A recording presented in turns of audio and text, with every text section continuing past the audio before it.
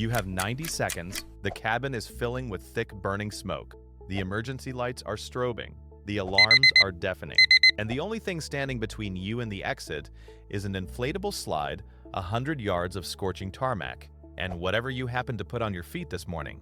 In that moment, your frequent flyer status means nothing. What matters is a decision you made at home, before you even left for the airport. Most passengers treat an aircraft cabin like a flying living room. Flight crews see it differently. To us, it's a pressurized tube where small choices carry serious consequences. And when you walk through the boarding door, we notice your shoes before almost anything else. Not out of judgment, out of habit.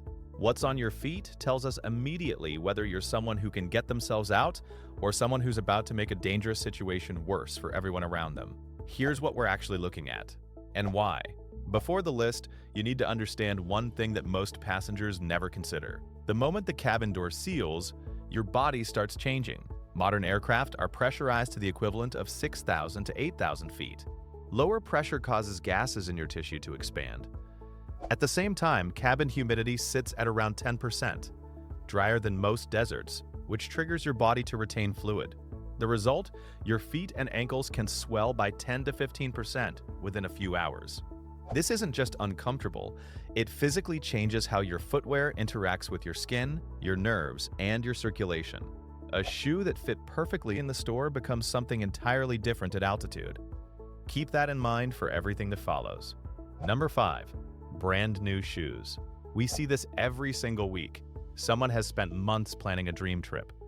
The Amalfi Coast, the Swiss Alps, somewhere worth dressing for. They've bought a beautiful new pair of walking shoes specifically for the journey, and they lace them up for the very first time on the morning of the flight. To us, uncreased leather and factory stiff soles are an immediate red flag.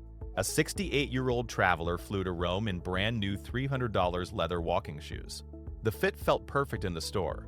By hour 4 of the flight, her feet had swollen and the unbroken leather had zero give. The friction created deep blisters that took days to heal. She spent the first 3 days of her Italian vacation with her feet elevated in a hotel room, missing the Colosseum, missing the Vatican. Your flight should never be the test drive. A shoe needs a minimum of 10 active miles on it before it boards a plane. If you can't bend the sole easily with one hand, it will fight your foot at altitude. Pack the new shoes. Wear the ones your feet already trust. Number 4, flip-flops and open sandals. We understand the vacation mindset. You're heading somewhere warm and you want to feel it. But flip-flops are not just uncomfortable on a flight. In an emergency, they are genuinely dangerous. A 72-year-old passenger was evacuating after an engine issue. She was wearing slip-on sandals. When she hit the inflatable slide at speed, the friction against the slide material ripped the straps clean off. She landed barefoot on tarmac that was 140 degrees Fahrenheit. She ran to safety on a surface that functioned like a frying pan. Second-degree burns on both feet. That's before you factor in what the floor of a crashed aircraft actually contains. Shattered glass, carbon composite fragments, pooled jet fuel. Open-toed shoes offer no protection against any of it. And even without an emergency, the liquid you sometimes see on a lavatory floor is not water from the sink. Open shoes in an aircraft bathroom are a hygiene decision you will regret. The rule is simple. If you can kick the shoe off without using your hands, it is not flight safe. Closed toe, secured heel, full coverage. Number 3, mules, clogs, and backless shoes. These are the security line favorites. Easy off at the scanner, easy on again afterward.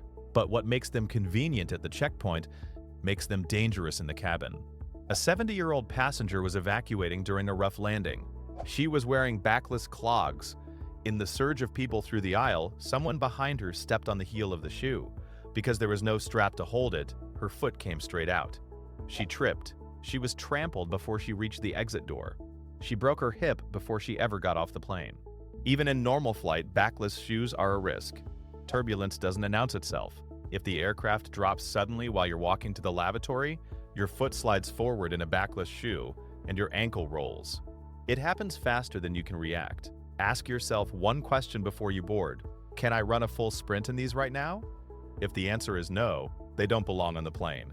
Slip-on sneakers with a full reinforced heel cup give you the same convenience without the exposure. Number 2, heavy boots with tight lacing. This is the mistake of the practical traveler. someone trying to save luggage weight by wearing their heaviest footwear onto the plane. Hiking boots, tall fashion boots, anything with firm ankle support and tight laces. A 67-year-old passenger wore waterproof hiking boots on a 6-hour flight. By hour 4, the swelling was significant enough that the lacing was acting like a tourniquet around his ankle, cutting off venous return, the blood flow heading back toward his heart. He landed with purple feet and was taken directly to a hospital with a suspected blood clot. He missed the first half of his cruise entirely. Heavy restrictive footwear at altitude suppresses the calf muscle pump, the natural leg movement that keeps your circulation moving. Restricted blood flow is the primary driver of deep vein thrombosis, which can escalate to a pulmonary embolism.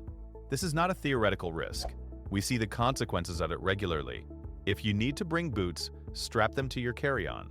Wear lightweight mesh sneakers on the aircraft, and if you take nothing else from this video, invest in graduated compression socks, 15 to 20 millimeters of mercury.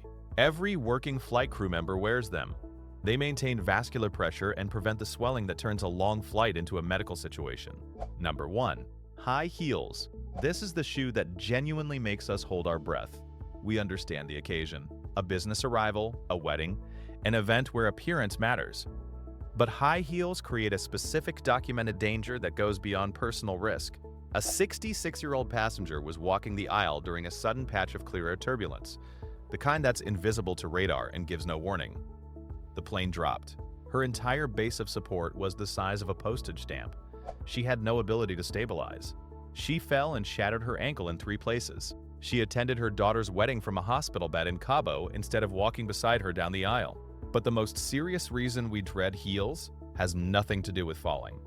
In an emergency evacuation, we will instruct you to remove your heels before you jump, because a stiletto heel will puncture an inflatable evacuation slide the same way a needle punctures a balloon. One puncture collapses the slide.